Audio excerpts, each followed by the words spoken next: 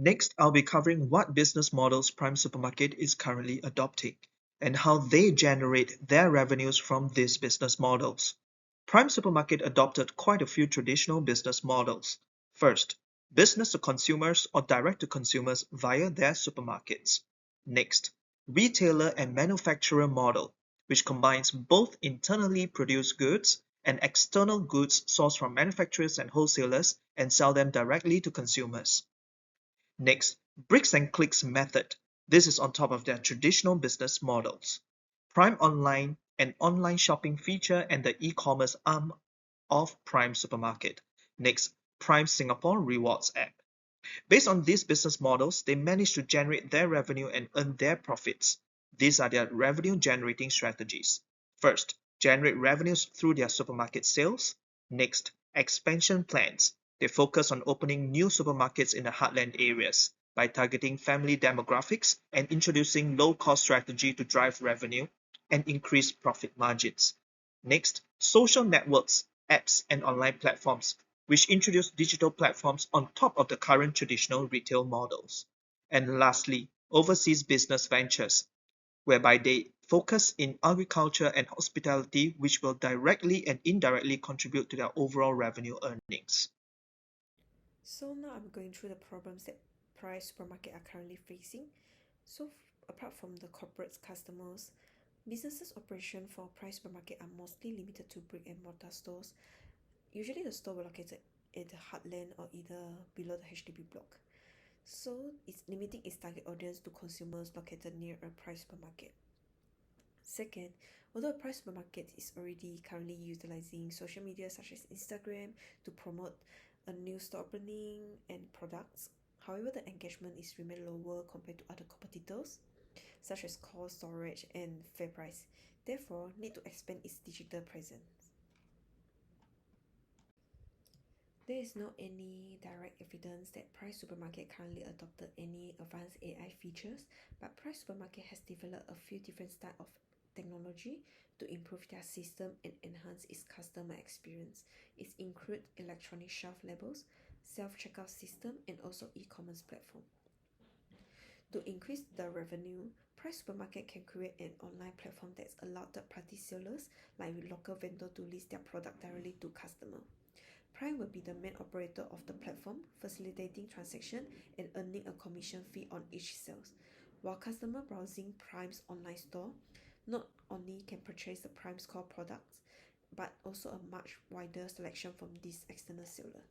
Second, by using the digital technology, Prime Supermarket can host a live session by using social media like TikTok or Instagram. During the session, viewers can watch a product demonstration, ask questions, interact with the host, and make purchase instantly without leaving the live stream. During the live stream, hosts can offer limited time deals or exclusive bundle. When customers know that these offers are available for a short time and only while live stream is happening, they are much more likely to make a purchase on the spot. This not only increase conversion rate during the events but also encourage more viewers to tune in regularly, knowing they might miss out on special promotion. Thank you, Catherine. Hi, everyone. I am Kevin.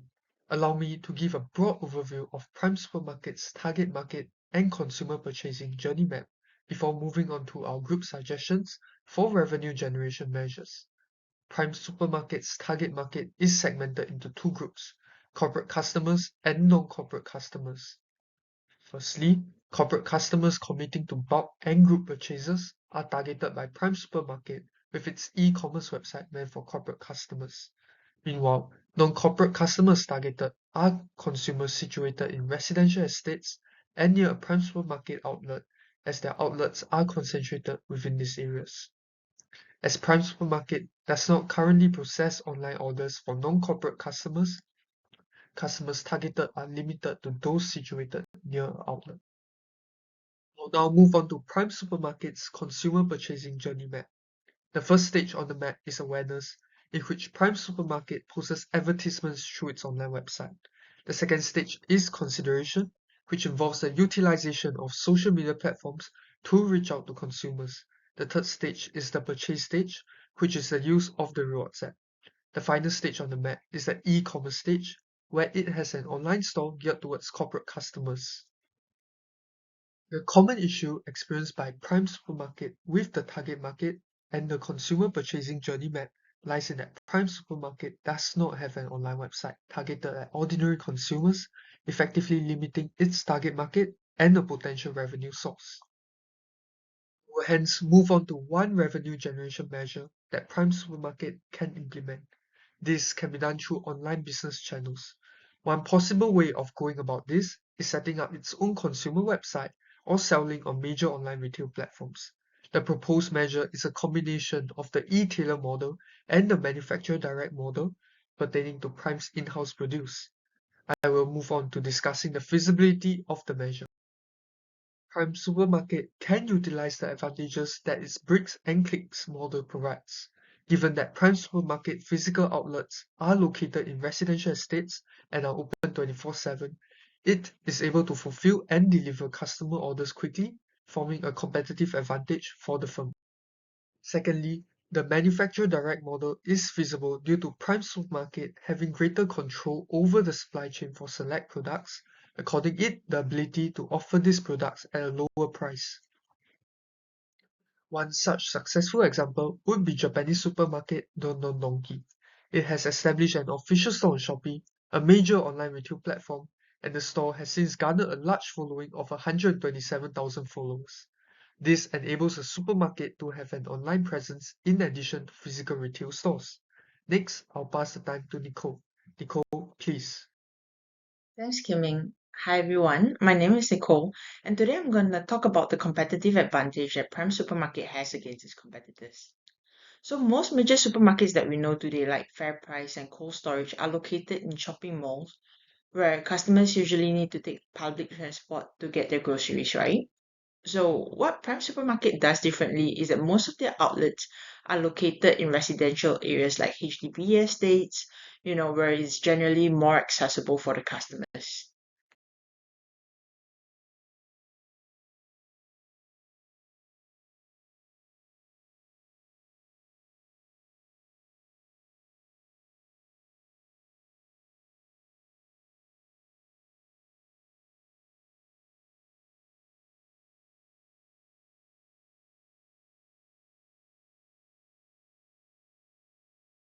The next advantage that Prime Supermarket has against its competitors are its pricings.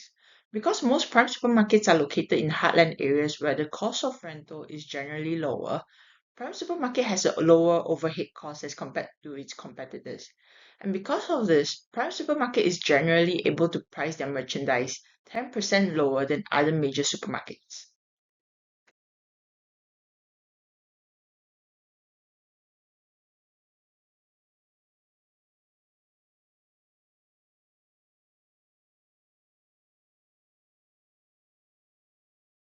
The third competitive advantage that Prime Supermarket has against its competitors are its 24-hour outlets. So Prime Supermarket noticed that a lot of night shift workers and late night workers are not able to get their groceries because most supermarkets will close by the time they get off from work, right?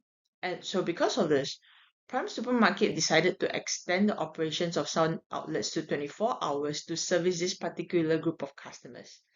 This then became an added advantage that Prime Supermarket has against its competitors.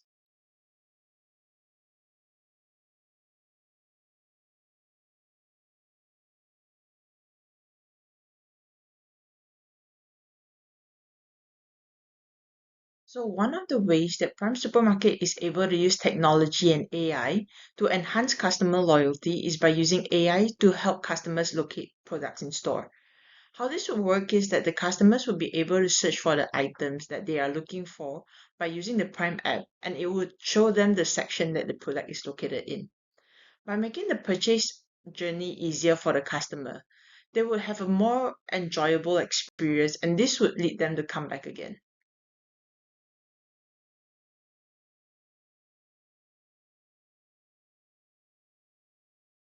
Another way that Prime Supermarket is able to use technology and AI to enhance customer loyalty is by using AI to suggest complementary products through the app.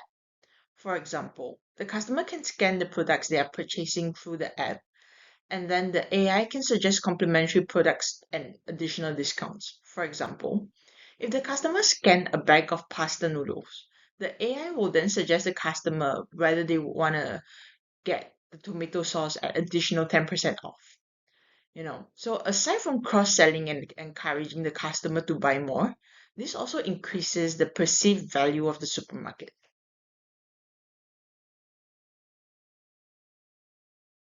Okay, Prime Supermarket uses Facebook and Instagram for promotional activities and announcements. They have also made the transition into TikTok to produce more short-form content as well as product highlights.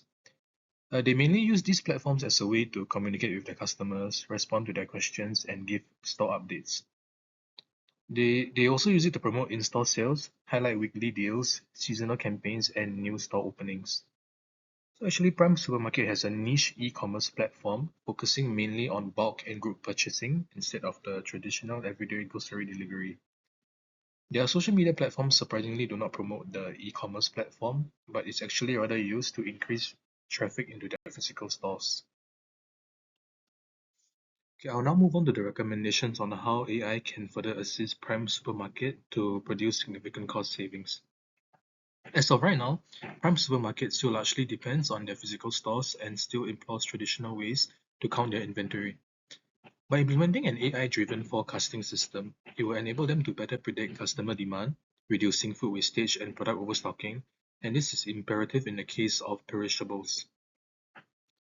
Introducing an AI forecasting system will also ensure real-time inventory replenishment, which in turn can help to lower storage and cost of spoilage, as well as reducing labor hours on manual inventory checks. Another recommendation would be to work on their existing e-commerce platform, also known as primeonline.sg. As of right now, primeonline.sg is being underutilized and is not well integrated into their various media platforms. AI can be integrated within the existing system to enhance primeonline.sg with a seamless customer experience, be it across their mobile application or the web version. They can also introduce data-driven promotions and/or personalized product recommendations for customers. This will allow Prime Supermarket to shift more of their purchases online and reduce in-store operational costs, and also target bulk buyers and frequent online shoppers more effectively. Adding on to Andre, I will cover the process optimization and the introduction of automations. Tasks that are tad menial, laborious, and repetitive, etc., such as call centers, data entry, manufacturing line, warehouse logistical tasks, etc., can be identified and proposed to be improved and automated with minimal human supervision instead of doing the tasks themselves.